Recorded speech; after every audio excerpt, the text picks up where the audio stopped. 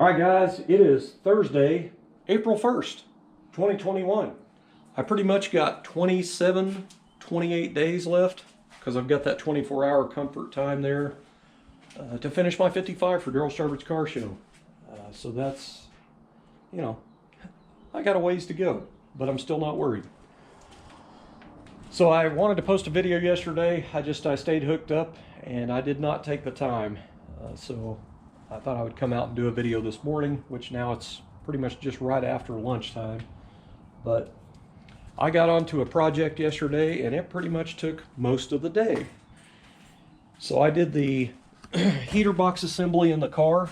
If you've been following the channel, the heater box assembly I completely restored. Everything was taken apart. It was all painted. Did a lot of smoothing on it. Did an embossed crest in the housing there. But it just turned out fantastic. Taking it all apart and all them pieces and then putting it all back together with stainless screws and stuff, it really turned out really slick. I'm pretty proud of it. But it took most of the day just to do that heater box and get it in the car. It was a mess. And then I run into an issue with my radio. I can't put the radio all the way in to lock it in place because the RCA cables on the back that are plugged in the back of the radio are hitting the heater box. I lack about a 1/4 inch going in. So luckily I got on eBay last night and there is a guy that had some spacers on there, 1/4 inch spacers, and they're black.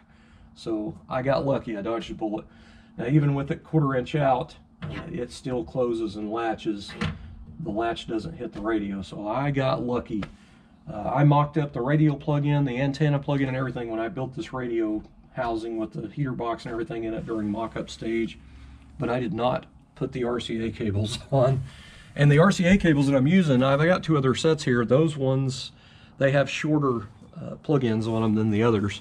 So if they made a 90-degree RCA cable that was real shallow, it might actually work, but I didn't even look for those. I just bought the spacer, but I don't think the spacer will be that noticeable because it's black anyway, so it's just probably a good way to go for me. But anyway, so I put in a new heater core, a new heater valve, a new blower motor, and I actually did a new cable. I had new cables here as well, but I noticed that they just weren't the right lengths, a couple of them, so I got like 1 new one and 2 old ones. But I took the old ones and put them on a wire wheel and cleaned them up really nice, and then I painted them with some Duplicolor engine enamel silver spray paint, so they look new. And they operate real smooth now, so I'm pretty happy with them. I want to run you guys through something because I know some of the guys that are subscribed to my channel are all, you know, they're building the same car on a budget like I am. So I'm going to run you through something. If you have to buy a new blower motor for your fan, don't get it from a Tri-5 supplier. I hate to say that, but I just found it on O'Reilly's website and it was like $24 or something. It was like 20-something dollars at O'Reilly's. It's a lot more than that in the Tri-5 catalog, so you can save you a few pennies that way. But anyway, that's for when I get on the 4-door here in a few weeks, that's what I'm gonna use, is an O'Reilly's one. And it's probably the same one because O'Reilly's does carry VDO, and that's what these new ones are. And the other thing about these replacement blower motors, they're not like stock. The wires are external on these new ones. The originals, the wires on the inside of the car.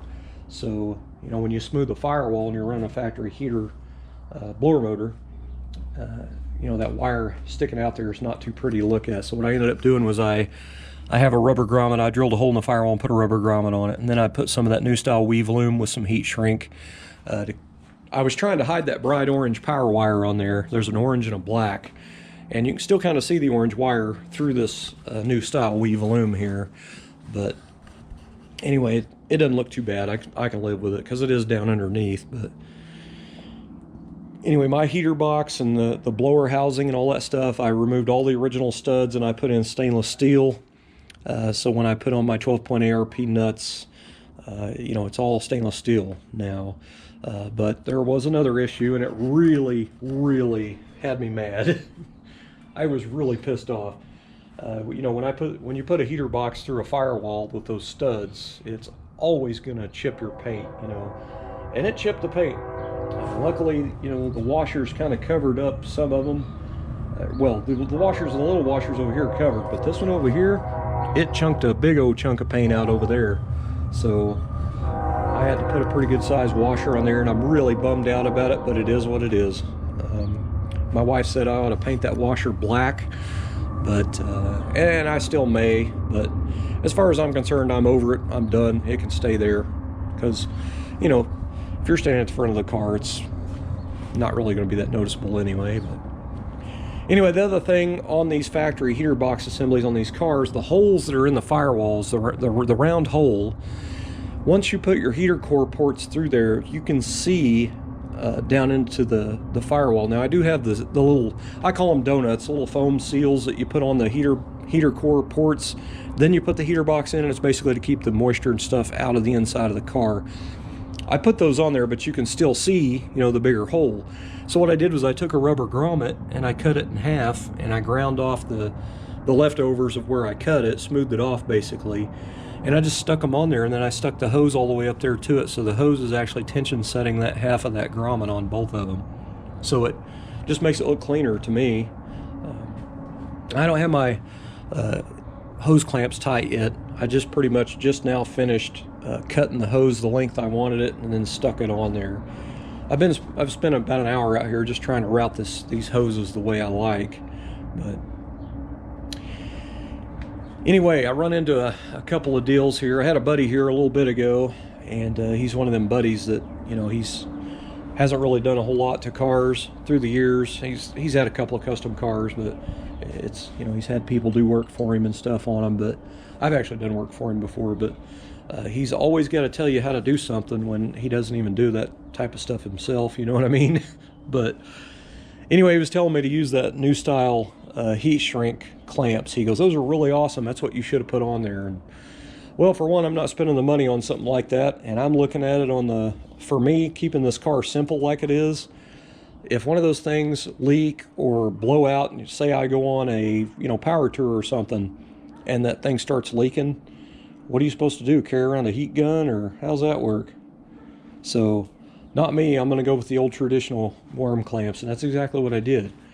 And I do have to say on them hose clamps, if you're like me and you wanted a traditional style hose clamp in stainless steel, you need to shop around, because everywhere in town that I went to this morning, the only place I could find a stainless clamp with a stainless bolt was Ace Hardware. Everybody else had like a CAD plated bolt with a stainless steel clamp. So I wanted all stainless steel.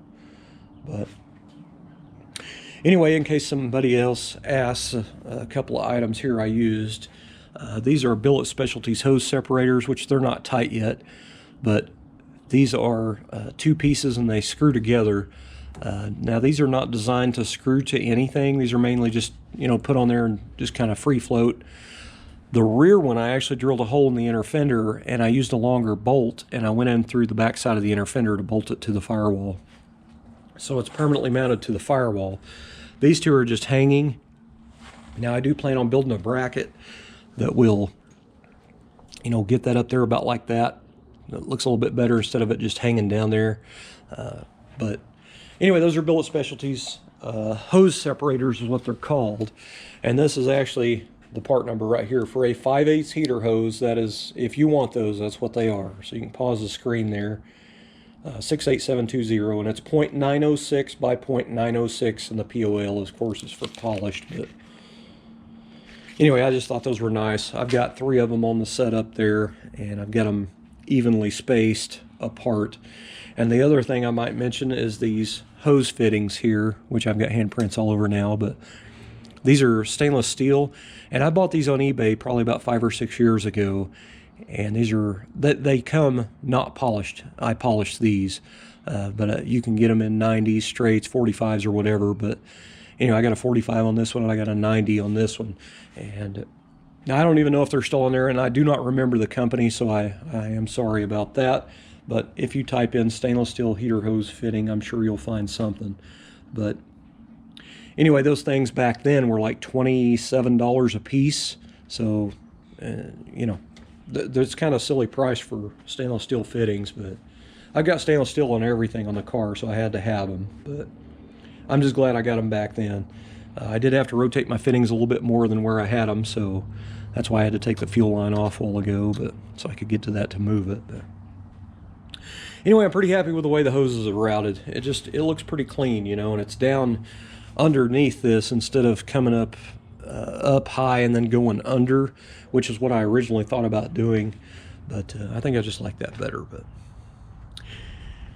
I got the inner fender just mocked up. I'll have to take it back off. I just basically mocked it up because I needed to know the exact length I needed my heater hoses. But I've still got to Raptor line the back side of these. I actually might do that today, actually.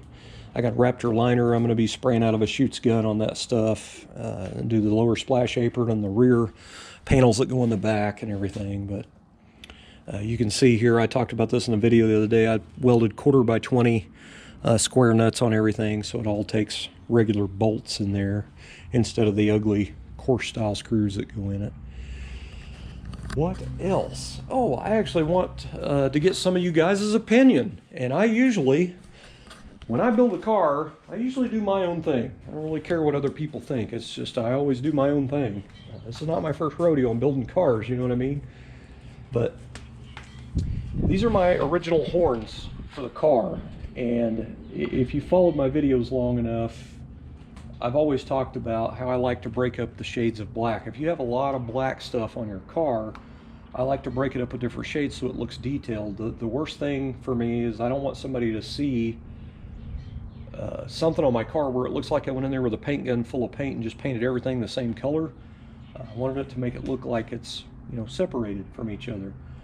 So these horns, I painted this one flat black. I haven't painted the other one yet. I painted this one flat black. And I don't know that I'm super happy with the flat. It's like too flat looking. But my core support and baffles and inner fenders and all that is that trim black color. And I kind of wanted it different. I didn't want it to look like these got painted with it, you know what I mean? Now the covers that go on the front of these is a big round, you know, like half round dome cover it goes on here. These are painted high gloss black.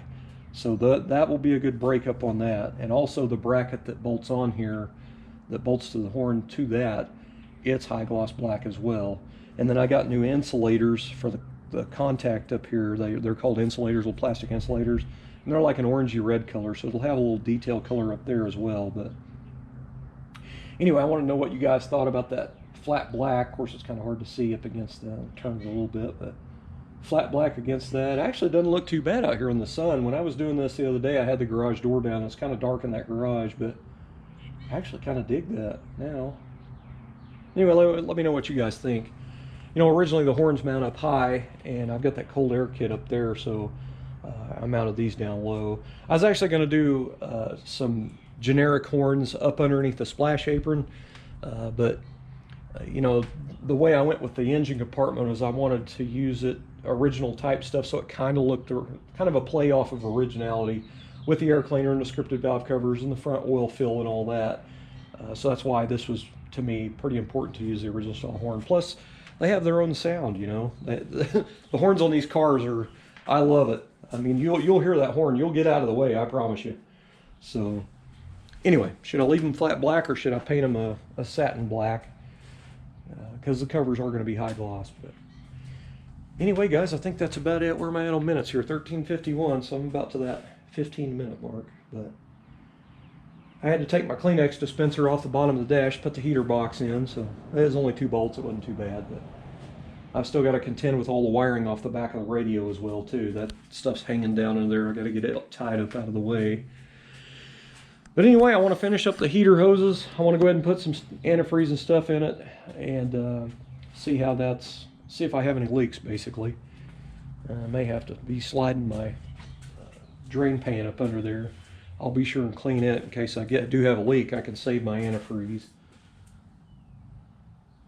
Let's see. I could fill it all with water, but I don't have enough distilled water. I only got 3 gallons. I don't think that's enough to fill up the whole system.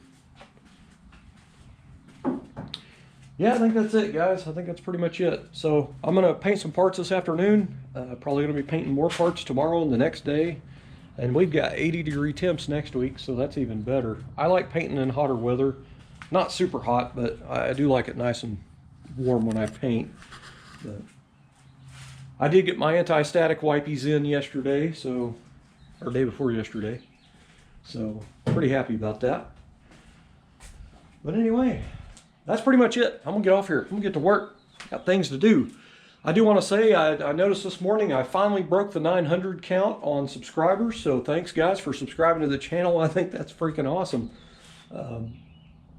I'll get that 1,000 sooner or later. But for you new subscribers, you may not know, I am currently building this 55 for Daryl Starbirds Car Show in Tulsa coming up in less than a month. But when this car is finished, I'm building another 55 Chevy, a 4-door sedan, 210 series. I'm going to build for my wife with a small block Chevy, turbo 350, 10-bolt geared rear, 308 geared rear end. And I'm going to paint it, do the frame, and do all kinds of stuff. I'm not going to go to the extent I did on this car. That car is going to be more of a daily driver because it's going to sit outside in the driveway. But I do want it to look nice, you know. But anyway, it's all about budget on everything I do anyway. But that 4-door is going to be quite a bit more of a budget car than this one has been. But anyway, guys, thanks for watching. Stay tuned.